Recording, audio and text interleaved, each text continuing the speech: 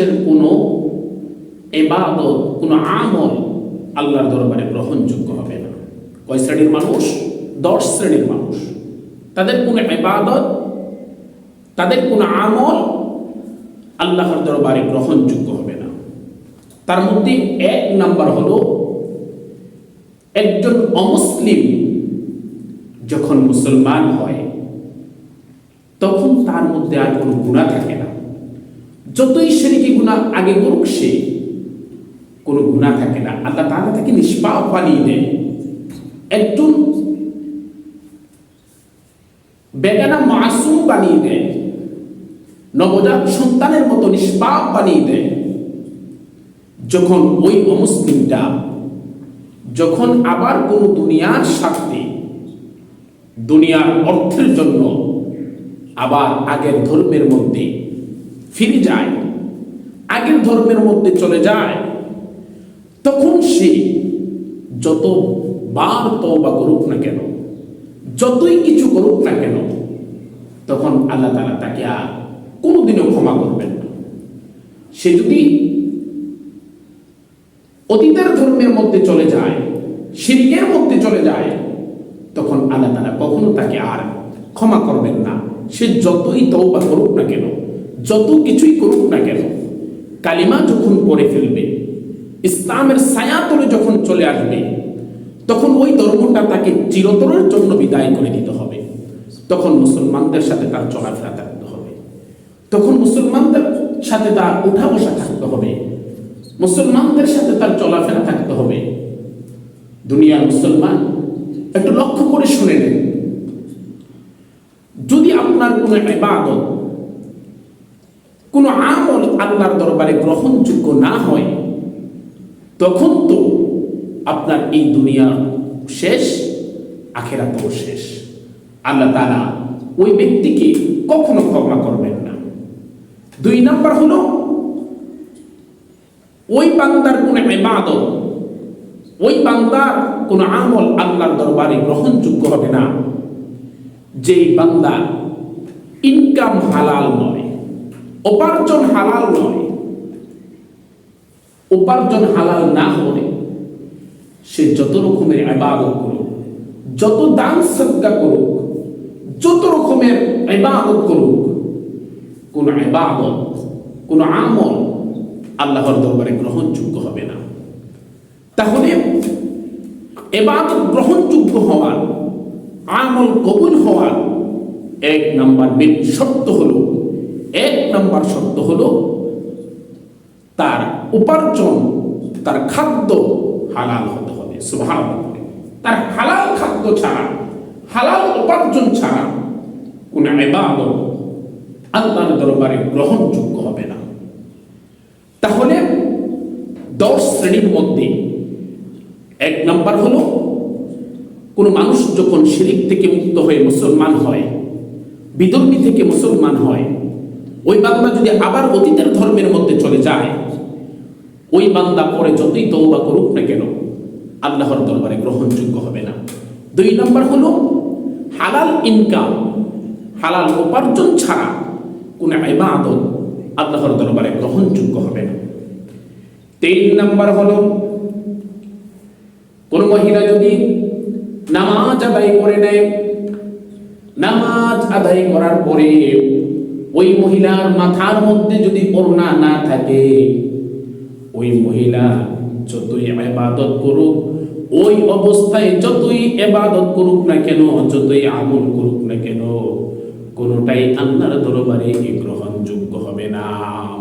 কারণটা হলো, মহিলাদের মাথার ওড়না, মাথার চুল, এটা ফরজ, এটা সতরের মধ্যে পড়েছেন। কিন্তু শুনে রাখুন, মহিলাদের সালাত আদায় করার সময়, নামাজ আদায় করার সময় যদি কোনো মহিলাদের মাথার ওড়না না থাকে, হিজাব না থাকে, চুল বের হয়ে থাকে, কোনোদিনও তার আমল ইবাদত গ্রহণযোগ্য হবে না। 4 নাম্বার হলো, শুনে রাখুন, লক্ষ্য করে শুনে রাখুন মা বোনেরা, ওই মহিলার কোন ইবাদত গ্রহণযোগ্য হবে না। ওই মহিলার কোনো আমল গ্রহণযোগ্য হবে না। ওই মা বোনদের কোনো আমল গ্রহণযোগ্য হবে না। যেই মা বোনেরা সারা রাত নফল ইবাদত করেছে, নফল নামাজ পড়েছে, তাসবিহ আদায় করেছে, আর অন্যান্য ইবাদত করেছে, কিন্তু স্বামী তার প্রতি অসন্তুষ্ট, স্বামী অসন্তুষ্ট থাকার কারণে ওই মহিলার কোনোদিনও ইবাদত গ্রহণযোগ্য হবে না, ওই মহিলার কোনো আমল গ্রহণযোগ্য হবে না। ওই মহিলা যতই সালাত আদায় করুক, একমাত্র স্বামী অসন্তুষ্ট করার কারণে, স্বামী তার প্রতি নারাজ থাকার কারণে ওই মহিলার কোনো ইবাদত, কোনো আমল আল্লাহর দরবারে গ্রহণযোগ্য হবে না। দুনিয়ার মুসলমান ইমানদার 5 নাম্বার হলো ওই ব্যক্তির আমল গ্রহণযোগ্য হবে না, ওই ব্যক্তির কোনো ইবাদত গ্রহণযোগ্য হবে না যেই ব্যক্তি কোনো দাস দাসী মালিকের কাছে না বলে তিনি যখন চলে যায়, ওই ব্যক্তির আমল কবুল হবে না। যেমন আমি কোনো দোকানের মধ্যে কাজ করেছি, আমি কোনো দোকানের মধ্যে চাকরি করেছি, আমি কোনো দোকানের মধ্যে কাজ করার পরে আমি কিছুদিন পরে মালিকের কাছ থেকে না নিয়ে চলে গেলাম, না বলে চলে গেলাম, মালিকের কিছু অর্থ কিংবা কোনো সম্পদ আমার কাছে রয়ে গেল, কিংবা শুধু আমি না বলে চলে গেলাম, ওই বান্দা যতই ইবাদত করুক, যতই আল্লাহর গোলামি করুক, যতই আমল করুক, আল্লাহর দরবারে গ্রহণযোগ্য হবে না। লক্ষ্য করে শুনেন দুনিয়ার মুসলমান, 6 নাম্বার হলো ওই ব্যক্তির কোনো আমল গ্রহণযোগ্য হবে না যেই ব্যক্তি মদিনার জমিনের মতো পবিত্র জায়গার মধ্যে, পবিত্র শহরের মধ্যে, সবচেয়ে দামি জায়গার মধ্যে যেই বান্দা ফিতনা ছড়ায়, যেই বান্দা ফিতনা ছড়িয়ে মানুষের মধ্যে ফিতনা লাগিয়ে দেয়, ওই বান্দা যতই ইবাদত করুক না কেন, ওই বান্দার কোন ইবাদত আল্লাহর দরবারে গ্রহণযোগ্য হবে না, ওই বান্দার কোন আমল গ্রহণযোগ্য হবে না। কারণ পৃথিবীর জমিনের মধ্যে সবচেয়ে বেশি সম্মানের জায়গা হলো কাবা, তারপরে মদিনা। ও দুনিয়ার মুসলমান ইমানদার, যেই মদিনার মধ্যে আমার নবী সাল্লাল্লাহু আলাইহি ওয়াসাল্লাম জান্নাতুল ফিরদাউসের মধ্যে বিশ্রাম গ্রহণ করেছেন, ওই জায়গার মধ্যে যদি কোনো ফিতনাবাজ কোনো ফিতনা ছড়ায়, ওই জায়গার মধ্যে যদি কেউ ইসলাম কোনো বান্দা যদি ফিতনা ছড়িয়ে দেয় কিংবা কোরআন হাদিসের বিরুদ্ধে আইন ফাঁস করতে চায়, ওই বান্দার ইবাদত কোনোদিনও আল্লাহর দরবারে গ্রহণযোগ্য হবে না। আর দুনিয়ার মুসলমান লক্ষ্য করে শুনে নেন, 7 নাম্বার হলো ওই বান্দার কোন ইবাদত আল্লাহর দরবারে গ্রহণযোগ্য হবে না, ওই বান্দার কোন আমল আল্লাহর দরবারে গ্রহণযোগ্য হবে না যেই বান্দা পিতা মাতার অবাধ্য সন্তান। নাউযুবিল্লাহ। যেই বান্দা পিতা মাতার অবাধ্য সন্তান, ওই বান্দা যতই ইবাদত করুক না কেন আল্লাহর দরবারে গ্রহণযোগ্য হবে না, যতই আমল করুক না কেন আল্লাহর দরবারে গ্রহণযোগ্য হবে না। কারণ পৃথিবীর জমিনের মধ্যে আমি একমাত্র এই পৃথিবীর সুন্দর চেহারা দেখলাম, এই পৃথিবীর জমিনে আমি একমাত্র সন্তানের চেহারা দেখলাম, সুন্দর বিবির চেহারা দেখলাম।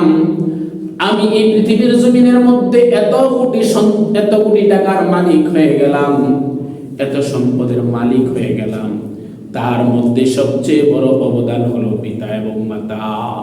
পিতা মাতার উসিলে আমি দুনিয়ার জমিনে আসলাম, এই দুনিয়ার নাজ নিয়ামত আমি ভোগ করলাম, অথচ পিতার সাথে সুন্দর আচরণ করতে পারলাম না, মায়ের সাথে সুন্দর আচরণ করতে পারলাম না, মায়ের সাথে সুন্দর ব্যবহার করতে পারলাম না। ও দুনিয়ার মুসলমান লক্ষ্য করে শুনে নেন, এই পৃথিবীর জমিনটার মধ্যে সবচেয়ে বড় আপন, সবচেয়ে বড় মানুষের কাছে থাকে এই দুনিয়ার জমিনের ভিতরে নিঃস্বার্থে কোনো মানুষকে কোনো মানুষ যদি ভালোবাসে, তাহলে মা বাবা শুধু সন্তানকে নিঃস্বার্থে ভালোবাসে।